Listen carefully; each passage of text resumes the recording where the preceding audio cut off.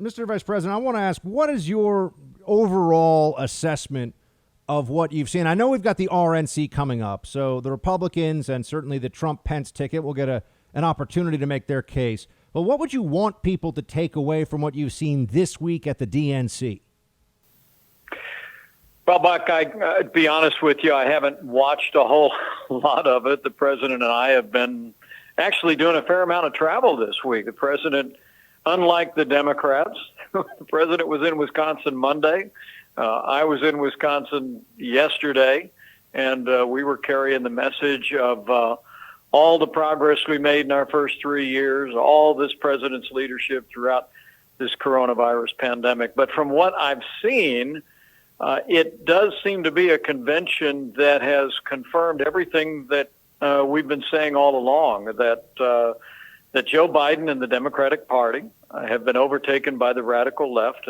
And we've seen one speech after another that when they're not attacking the president, we see people like Elizabeth Warren and Bernie Sanders articulating the kind of left-wing liberal policies that are far out of the mainstream of this country. And I'm just counting the days for when the Republican National Convention starts next week, and we can lay out the contrast. I mean, in Joe Biden, the Democratic Party, and the radical left, you've got a group that wants higher taxes, socialized medicine, open borders, abortion on demand, and wants to cut funding to law enforcement at a time of rising violence in our streets. And President Trump and our entire administration, we've got a record of less taxes, free market solutions, standing up for life and liberty, and standing without apology for law enforcement. So I'm excited about next week, but the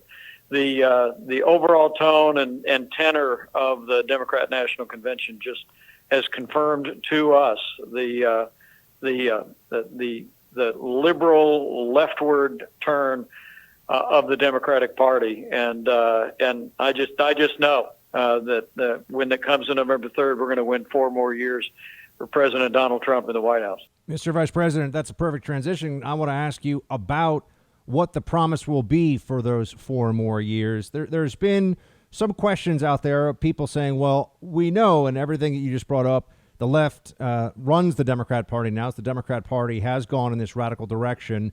And so friends of mine would say this is an easy decision from that perspective. But to win over those swing state voters and the undecideds, they're going to want to hear what the vision is for the next 4 years. Now, I know you've got a few days to do that, but what would be the précis, the elevator pitch version of Biden? I'm sorry, the elevator pitch burden against them.